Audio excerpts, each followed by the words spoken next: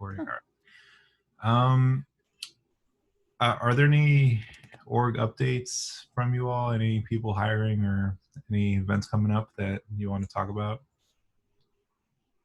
Nothing? We are hiring for a re-engagement specialist, that somebody who would work at the re-engagement center and the BPS, and in partnership with that, reach out to dropouts and struggling students and try to reconnect them with either a school or with their original school. Let's Get Ready is hiring, so the I think the applications are going to start going live today. So we're looking to hire in New England about 10 college students to serve with us for the spring, to do some mentoring and some instructional support, and everything will be virtual. Will you send that to us, that job description? Yeah, absolutely. Awesome. And I'll do same when I think we go live today after internal posting, so I'll send it out as well. Cool. That sounds great. Yeah, I'll make sure to put that in the notes following this.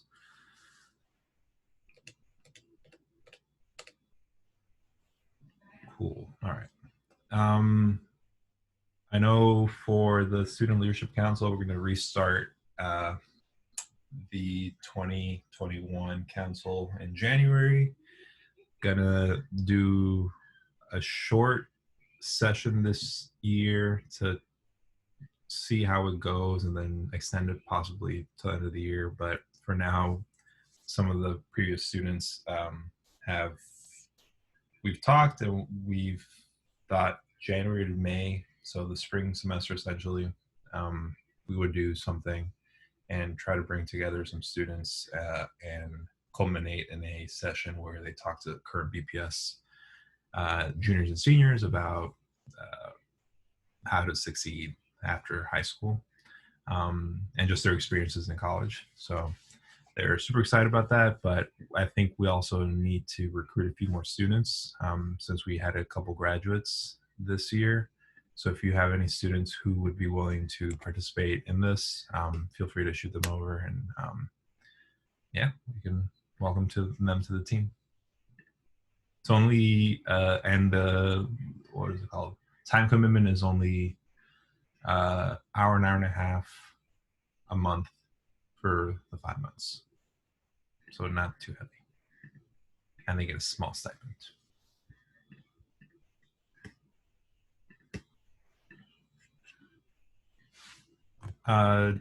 Next up, the US Fire Trainings is coming up in a couple weeks, 2 weeks, on the 18th. So student aid report and verification. Hope everyone registered for that.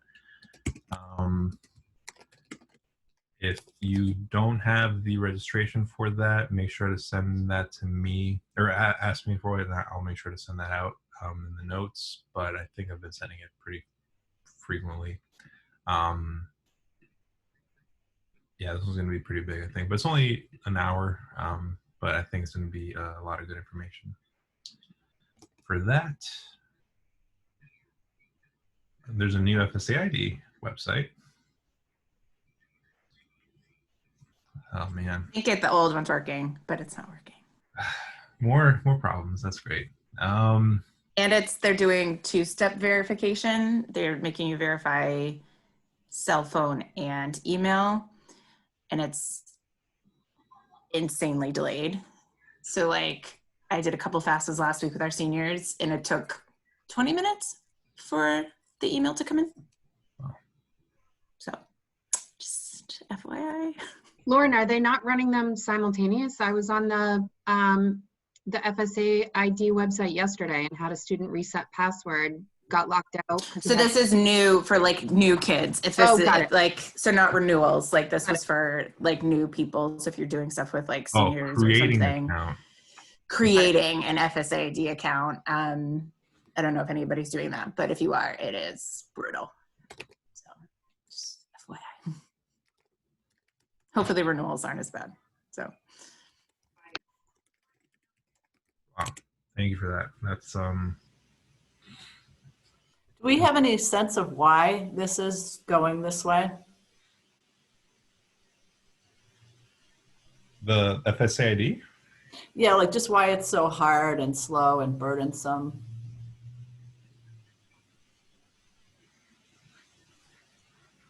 Maybe that's a question we can ask our US Fire friends. I think they have the Yeah. data, but yeah. I know that when they're trying to like verify who the person is, it takes a long time. That is true. Or like if they forget like a student's email, she doesn't have access to it, so she had to wait for something to be mailed in, and it just took that long. It took like 10 days. So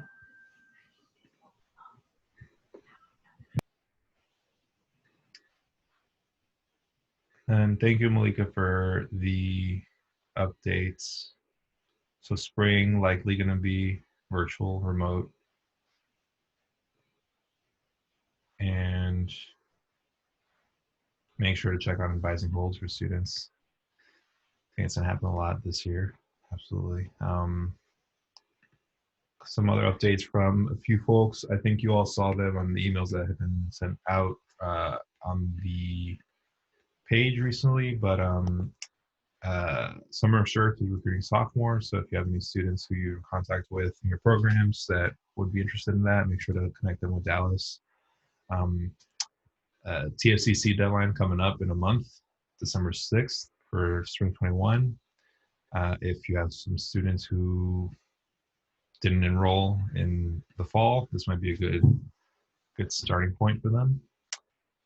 And then Duet also has their deadline coming up for the January term. So a lot of good opportunities for students who might not have started off the fall, but are thinking about doing something in the spring. And I know we have the opposite where students were thinking, oh, it's going to be in person in the spring, I'll go then. And that's not going to happen. Have we seen a lot of students who are just deferring this whole year?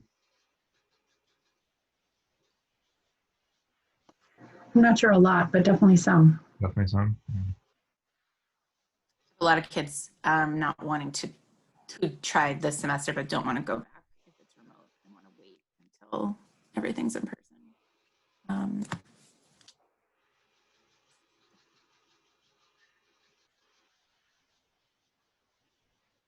Okay. Let's see. From the colleges, I think everyone's just pushing registration and financial aid checks for spring.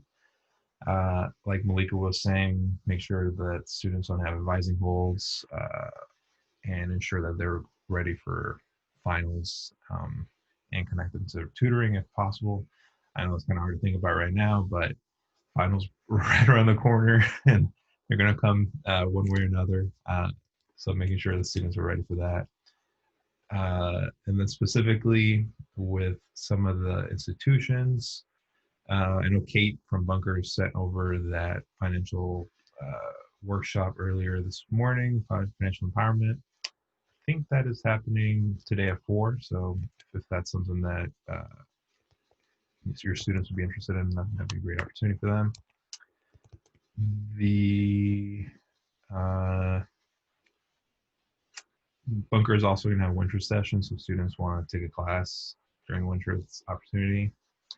Benjamin Franklin, if any student is taking courses at on campus next spring, they have to have a flu shot. Juan, Yes. did you say Kathy sent something out this morning? Kate, yeah. Did you where did that go to? Do you know? I think that was just directly to coaches, I think. I didn't get that, just FYI. Okay, I'll forward that to you right now. Thank you. Yeah, this is like her whole big group that she sends. Oh, that's interesting. Okay. Okay.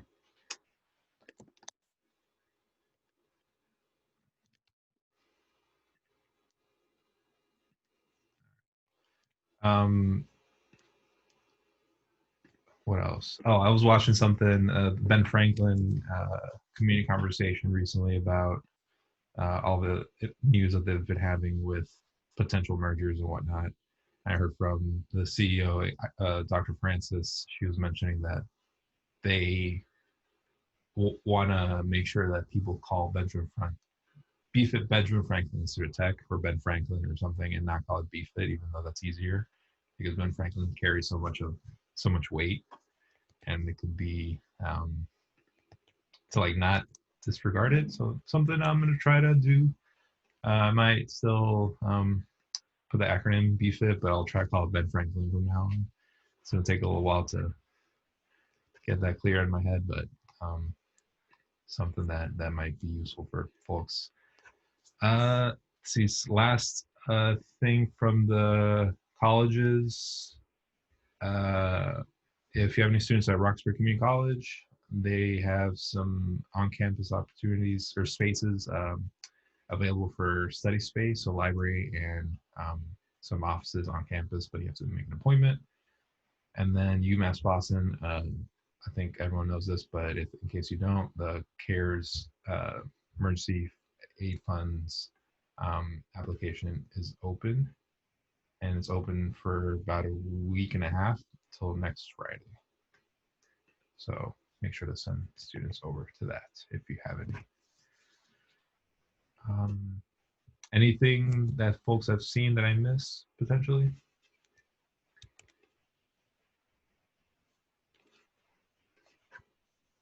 Alrighty.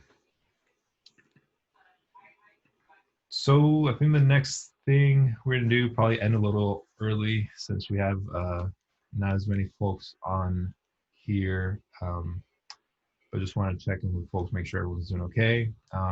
Some coaching, like some issues, some problem solving sessions. I think we had a couple people submit some issues that students are facing, and trying to just get some feedback from everybody to see what you would do for this type of student. One of them was many of my students are not wanting to enroll in the spring. They want to wait until this is all over. I can't blame them, but I think they gave the semester a shot, and they're just not doing well with online learning and being at home. What should we do to support them for the spring? I don't know what people are doing with their own students that are facing this.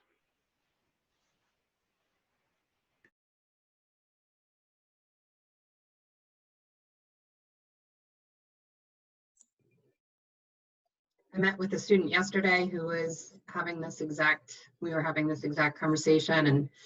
And one thing I like to do with students, and just for my own self too, when I'm facing a decision, is to kind of sit in both decisions for a little while and imagine what life would be like. So we sat in the decision of what it would be like to not go back in the spring, and we imagined him getting a full-time job, and we imagined him liking it, and we imagined that come September, what it would feel like and what the pulls would be at that point in time to return.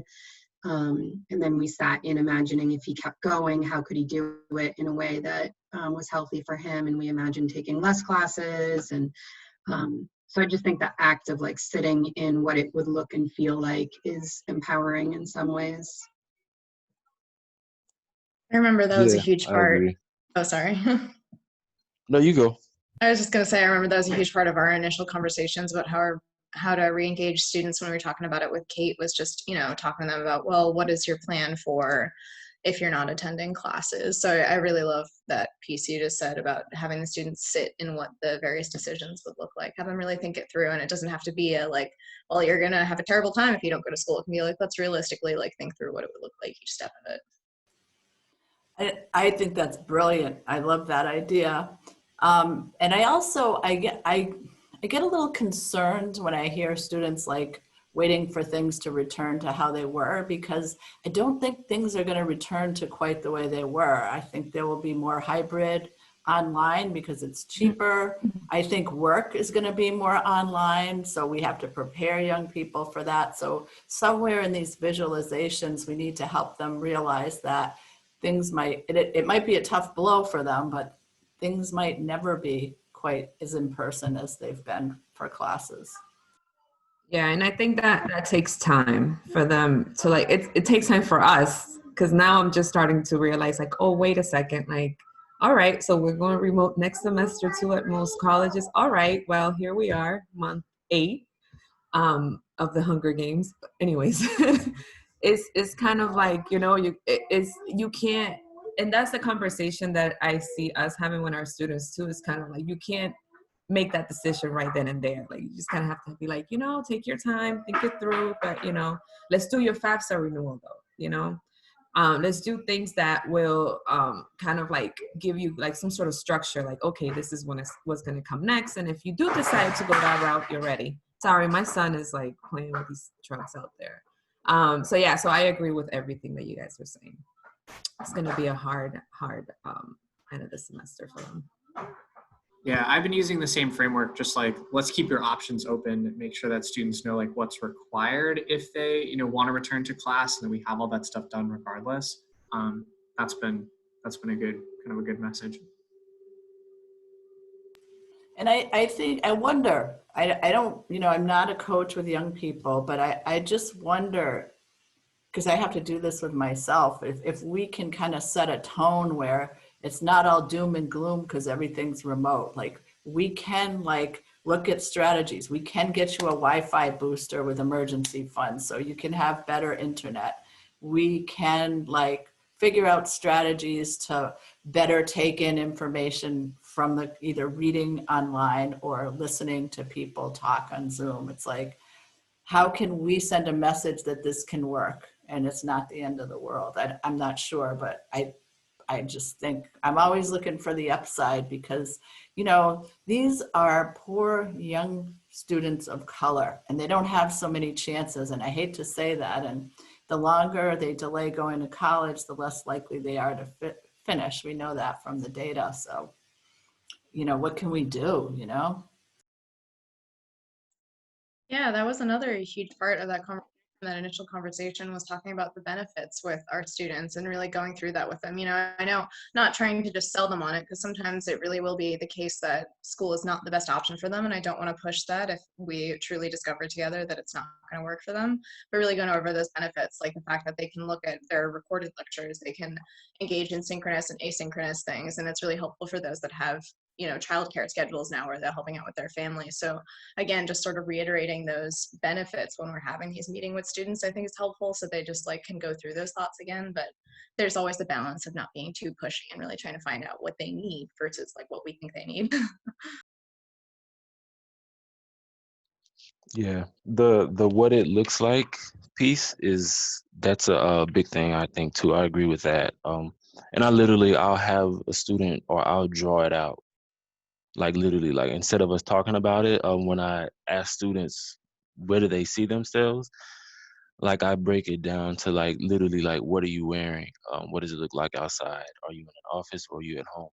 So that way we can kind of dig into the whole reality that things aren't gonna go, I guess what you would call back to normal, but this is it. Like this is the time to kind of come up with new ideas. So as we kind of like brainstorm, I'm trying to get them to tap into, like you said, like not waiting for it to go back, but more so looking for new ventures and just different ideas that hasn't been thought of that could feed into this thing. And yeah, in addition to that, I've been working on not portfolios but resumes and brag lists with the students, more so brag lists, because this is where they can kind of capture what the skills that they have, which I know it may sound like, okay, well, what does that have to, I think it has a lot to do, because once the students see that they have 50 things on their list that they've done or that they can do, then you could see it kind of changes their perspective a little bit. Yeah. So yeah, the what it looks like piece is really big. What does it look like if you don't go to school? What does it look like if yada yada? But yeah, it's tough. Thanks, Malcolm. I submitted this question, and you guys are amazing. I think that upon like reflection and hearing you all, like the things that I'm thinking about are like trends that are happening with the students who are saying this. So like one, it's like all first year students who are saying it. Two, mostly male. And like in thinking about that and then like hearing what you all are saying, I've definitely pushed on like some students like, oh, well, like if I was on campus, like I would focus so much more. And I'm like, no, like you would probably be less focused. So like, let's like have a reality check on that.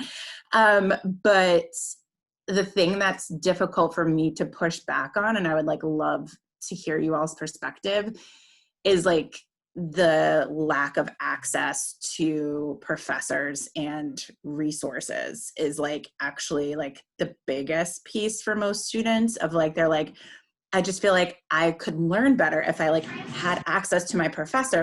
I don't have access to my professor. They don't respond to the emails. I don't have access to the tutoring or whatever. And like, we've even like started like our own tutoring program at Excel. Like, we're like, okay, like we have EverClass and we're paying to like help you, but like, it's just not like hitting that resource. And I think like that's been like the linchpin for me is like, one, like, is that just them like not experiencing college in real life and like not knowing that like your professors aren't really that accessible and like maybe you just don't have the right, like, should I be challenging like professors just aren't accessible really in general and like I should be just like challenging that, or are they really less accessible? Like I don't really know, I guess is like what, I don't know. I'd love to hear your thoughts on that. Is it at a particular institution, or is it, I know most of my students that are expressing this are community college students. Is that how you feeling? I would say mine are UMass, the UMasses across the board, okay. Probably. Yeah.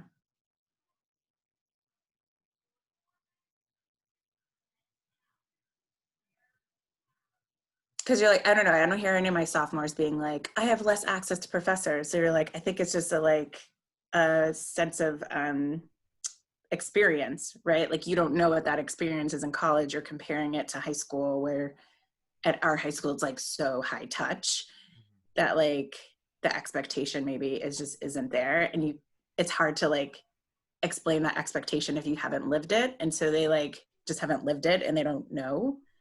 I don't know, I'm just like reflecting as I'm talking. I was going to say something along those lines where high school, you have not necessarily hand-holding, but you have a person with you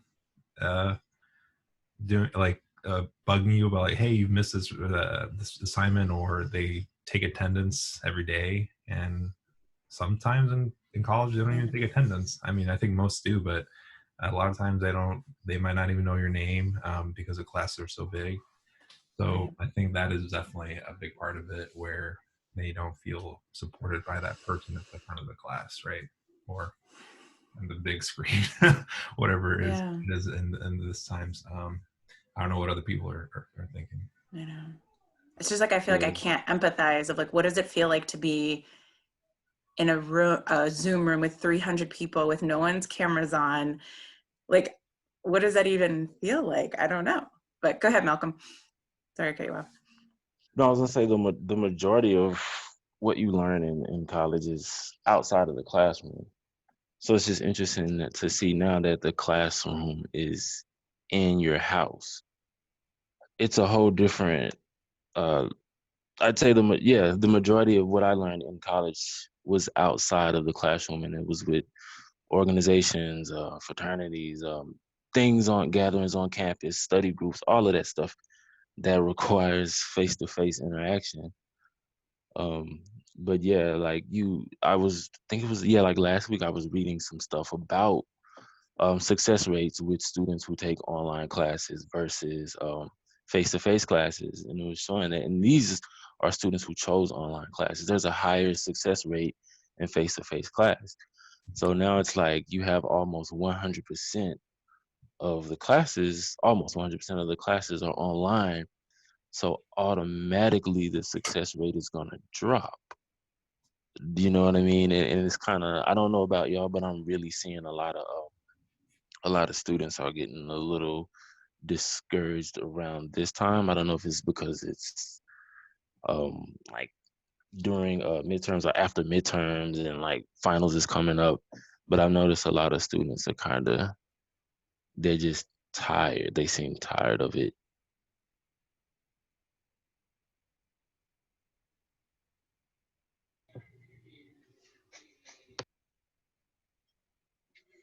I don't know about you all, but I'm going to admit I follow Brene Brown. She's like, I don't know. You might like her or not. I don't know. See some heads nodding, but she talks about FFTs, and what she refers to as, excuse my language, fucking first times. And she really, thank you, Lauren, for laughing. She totally normalizes the fact that when you're doing something for the first time, it's pretty messy and ugly. And she has a bunch of steps for like how to kind of talk it through with students. The first is to normalize it. And I have like a sticky note on my desk over here because I do it so much with students. The first is to normalize it. Like, this is totally normal. You're doing something for the first time. Of course, you don't know how to do it. You don't know how to do it well. You don't know where to go. You don't, like, neither do I. Like, this is totally normal. The second is to put it in perspective. Like, this is not forever. It's not going to exist like this in this capacity, in this way, in this newness forever. Eventually, even if the circumstance stays the same, we're going to not be doing it for the first time. So we will be different. And then just kind of reality check expectations. Like, we're not going to ace this one. Like, that shouldn't be our expectation. We have to adjust our expectations. So I do that with students a lot right now, and like just normalizing like where students are in the semester every time this year. Like, I get students before Thanksgiving break that are just like totally bummed out, and grades are coming in and there's a lot more pressure and paper, and then the FAFSA adds all this bonkersness to it. And so I've just been doing a lot of like normalizing with people. Like, yeah, we're in the messy middle, and like, it's ugly. We're gonna have to like go outside for some walks every now and again to like, just get back at it. But things will change. I don't know if that's helpful at all, but follow Brene Brown. She's awesome.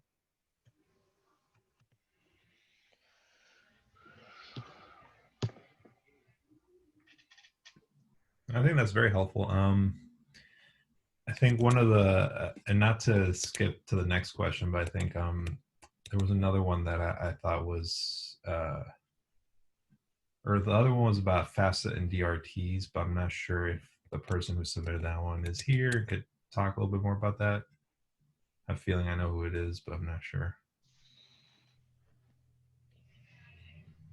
No? All right. Well, the one question I have for everybody, I think it's not a surprising issue, but I think something that I've seen be more exacerbated this year specifically is recruiting young men of color to the cohort.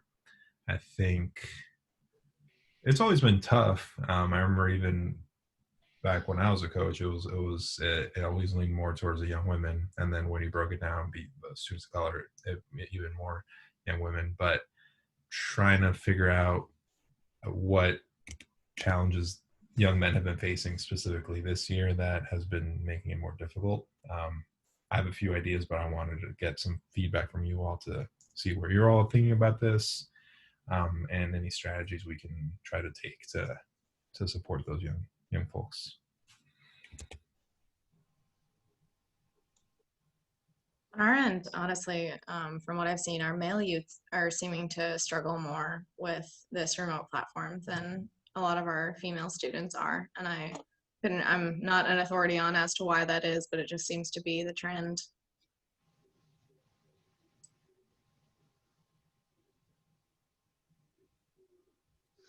Echo that. Who knows what anybody have like adolescent brain development expertise or something? Like, what is the deal?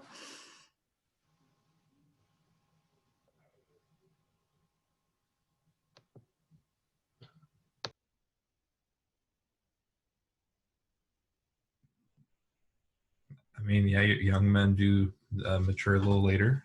That's for sure. But I don't know if people have seen more of them needing to work or feeling like they should be putting certain aspects of their home life before college or other post-secondary opportunities. I have a few ideas of potential family, like machismo or masculine roles that families might push on young people, and that kind of forces that. But that's just me projecting. I don't know.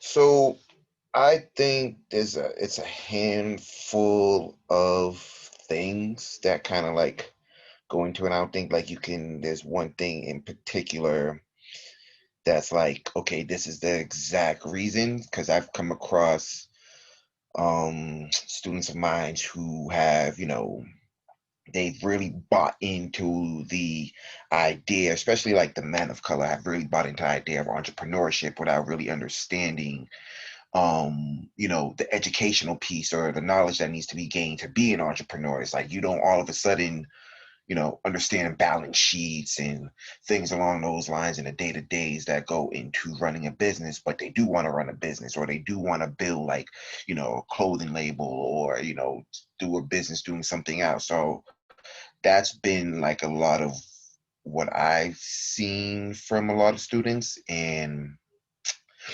another thing is some of them, like what I see with like my women of color students versus the male color students, is the women of color see how things connect back to them a lot more versus the male students of color, where they don't see necessarily how a lot of like the educational or the formal educational piece really ties into their future, some of the things that they want to do. So I know with some of my students, I've done stuff like what you guys have talked about in terms of like holistic planning, working backwards and things like that, so they can see and make the connections for themselves. Like I had a student who legit didn't take this semester seriously because he wanted to focus on his rap career, right? And I started asking him questions like, do you have a SoundCloud? What's your social media presence like? Do you have followers? And, what do those followers look like? And once I started breaking down those things to him, I'm like, yo, doing the music thing is cool if that's what you really want to do. But unless you're, in X, Y, and Z by now, maybe it might be better for you to focus a little bit more on the school aspect, and then like explaining to them, like, within the music industry, it's not just you can be a rapper, you can be a producer, you can do so many other things within the industry. And so like getting them open to like just other opportunities. Because I think in this, I know it was like this for me growing up, and I still see kind of like this, is like there's not a lot of things marketed to men of color like that, unless you're an athlete or a businessman, doctor, rapper type of things. Like the common average everyday job that you see a lot of men of color probably happening, gaining a trade or doing stuff along those lines, aren't exactly marketed or aren't exactly seen by young men of color. So they're like, I gotta do one of these things in order to really be successful, or I'm not gonna be successful. So I think it's really about engaging in a paradigm shift and like showing them a lot of these different avenues that is really open to them, and getting them to understand holistically what is within reach necessarily. Like I don't know. I was reading like a book by Charlemagne, and one of the things was like sometimes you just gotta tell, like, because right, as students we don't ever want to crush a student's dream, right? But sometimes you gotta be real with your students to a certain degree and be like, look, being a rapper just may not happen, right? If you love music, continue to create music. You never know where that will take you. But like just letting them know about a lot of the different opportunities. And I think that's what it is. I like a lot of young men speaking as someone who was like that when I was younger. I had tunnel vision a lot of the time. So it's like I couldn't see other avenues that, or I wasn't even looking at other avenues that didn't help me get to where I wanted to be.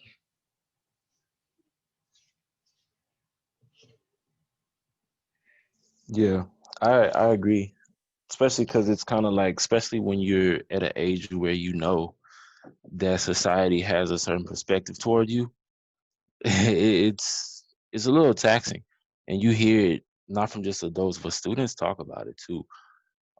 Yeah, I think Lauren, you said that the you see the difference between the students who have jobs and the students who don't. And I kind of agree. I actually agree with that because it seems like even with us, the male students who are working, like via work study or whatever, when they're with us, even when it's via Zoom or whatever, I do notice a difference, and I feel like kind of like going back to what you were saying, John. I feel like them working with us closely like that gives more of an opportunity for them to see other options, and it's more tangible. And yeah, they're getting more accustomed to executing things. So I feel like that is part of the solution, is to actually to scaffold, and not just at a distance through email, but um through them getting something in return, be it a paycheck. Because while they're getting a paycheck or a stipend, they're also getting experience and getting a better awareness and understanding of reality, especially when we get to talk about different things and different hurdles that they're going to have to face, instead of trying to run from it and go to what they may think their dream is, because they may assume that since every other black boy wants to play basketball or hoop or whatever, then I want to too. But the reality is, well, what can we get you doing so that you can realize what your dream really is? Because it might really be basketball, or it might really be hip hop. And if it really is hip hop, you're gonna be trying to get into Berkeley. You're gonna be trying to get into all of those things. But I think it requires not being in your room by yourself, not thinking about it. And it requires actually being around coaches or working with the organization where you can tap into those type of resources that open your eyes. Juan, I'm wondering, is there like a way, because I know right now, like Bunker Hill kind of does it a little bit, but like I don't know if there's something like Success, um I guess Boston could do, or the TBF can do as a whole, in terms of like running like small seminars of like financial literacy workshops. Because I know for like a lot of my male, like especially with my O5 students last year, I was really able to sit down and we were able to talk about different things like investing and real estate and different, just have those different things. And it opened a lot of like my male students' eyes to certain things that they wasn't aware of. Like I had a student who thought, oh, I can do anything as long as I have cash. And then when we explained credit to him, he was just like, whoa. So I don't know if that's something that could work, because I feel like, even going off of like what Malcolm was saying, like giving them certain knowledge, or just opening their eyes, scaffolding certain things to let them see what those different avenues may look like, can definitely go a long way.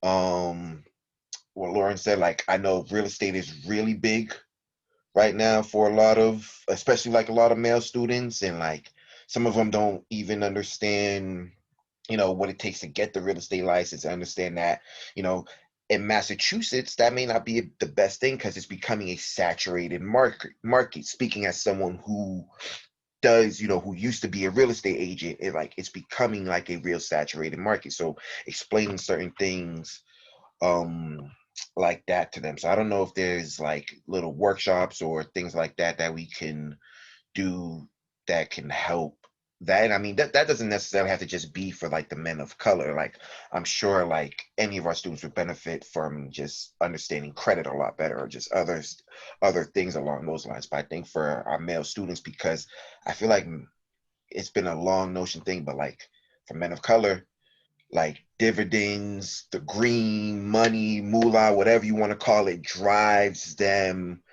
like more than anything else. So if you can explain how the money works and how to get to it, then, you know, they're gonna jump on it because, you know, every single one of them is to the bag. Mm-hmm. No, I feel you.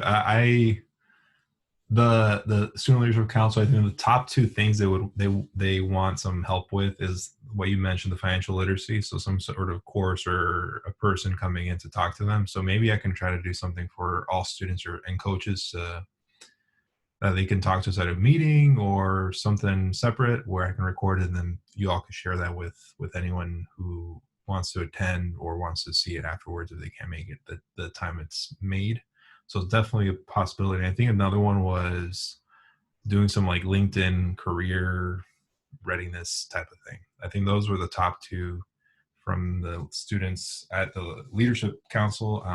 And if you all have any other ideas about what we could try to do, I can definitely try to figure out either opportunities or ways we can support that.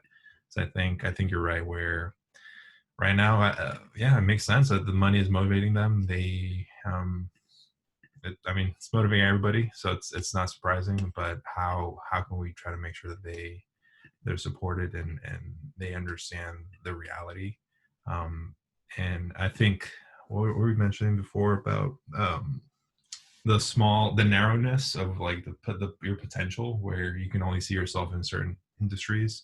I think that's something about where like unions are also not very diverse in Massachusetts, and like how they're trying to do some work with that, especially Ben Franklin, trying to get into that space in the trades.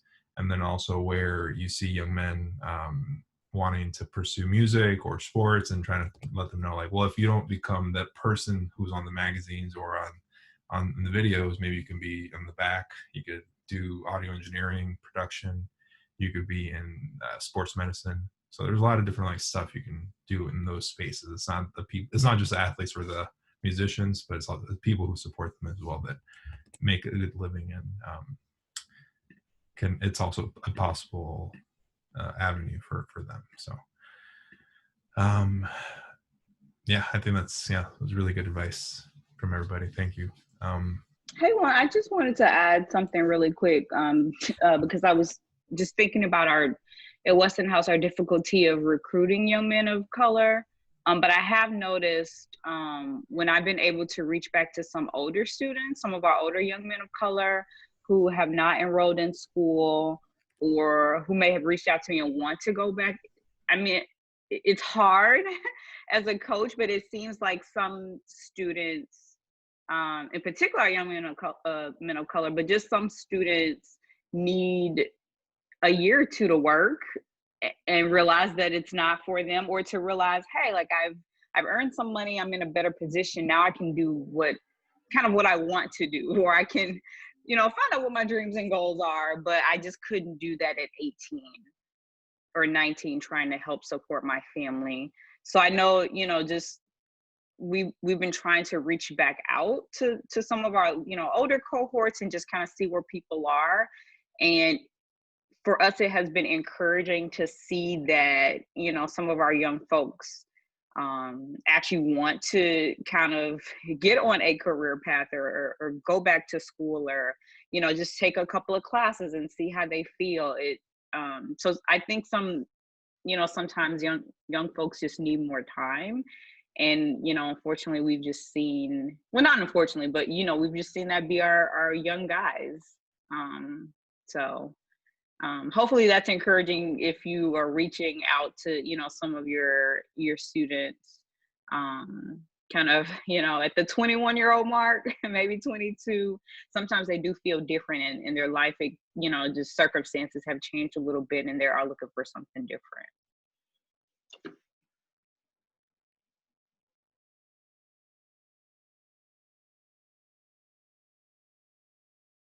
Thank you, Portia. I think that's very true. I guess that makes a lot of sense. Now thinking about just my own personal life, where I was a migrant worker from South Texas. We would work in the fields in the summers, and that was like middle school, high school for me. So I guess I got that experience early where I was like, you don't want to do this. You need to go to school. But yeah, it might be very different for students in cities, right, where that's not really happening. Yeah, that makes a ton of sense. Yeah. And thank you everybody for sending good ideas for this. Got a few more minutes. I want to end at 11 because I also don't want to put too much on you all, especially today, since everything seems like it's going to be stretching for a few more days with the polls and elections. For the next coaches meeting in December, I've been thinking about a couple opportunities where we would be talking about successes and challenges of virtual student supports and a check-in with the College Advising Corps. I think they've been asking us about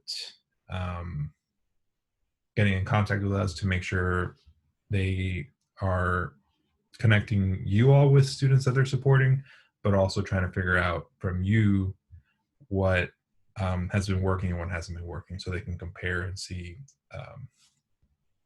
what they can do better, and we can learn from them as well. I think everyone's had some issues and some troubles with BPS, so it's been a challenge for folks. So if people feel good with that, I think that's going to be the December one. But if people have some other ideas, I can definitely try to do something. All right. Don't see any head shake, so I think that'll be the next one. Any last words before we end this, or everyone feel okay as we send coffee? Yeah. DACA? Okay. That's the last word. Can you expand on that real quick?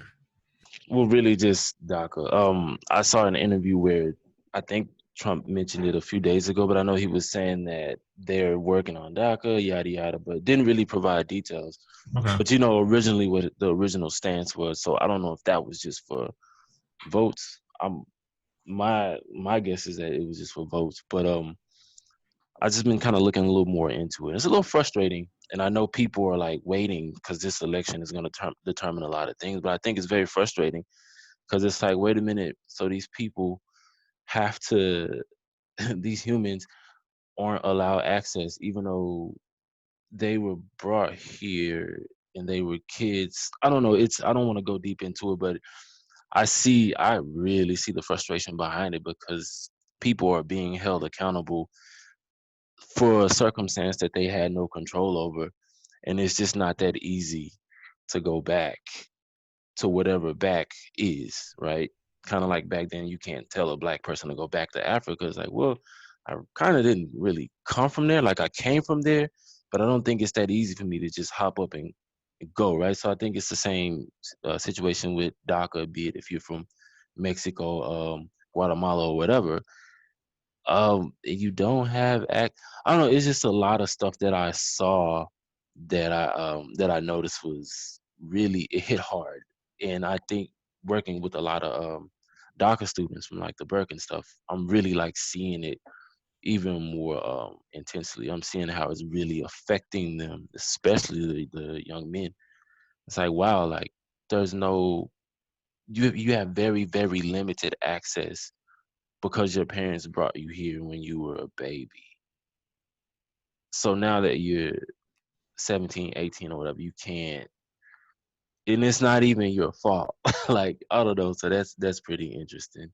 So I'm really like paying attention to that with the elections and stuff to see what they do. Yeah, and and to what Lauren is saying as well, DACA was temporary, so like new undocumented young folks can't really access that opportunity anymore, limited as it was, right? And I think Malcolm, you're saying a lot of very important stuff right now. I think something else I'll do is I'll reach out to Lawyers for Civil Rights and some other folks who do some immigration work, and see if we can get someone to talk to us about that. I know we try to do something every year on this, but this is, like you all are mentioning, this, I don't know what's going to happen with the future of that. So definitely Very important. Okay.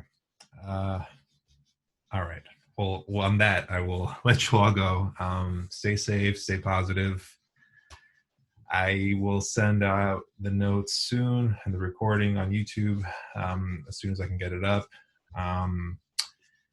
And I will see some of you at the U Aspire meeting in a couple weeks or maybe before that. But yeah, thank you, everyone. Always happy for conversation and seeing everybody.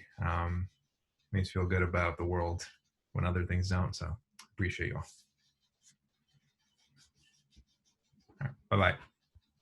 Thanks, everyone.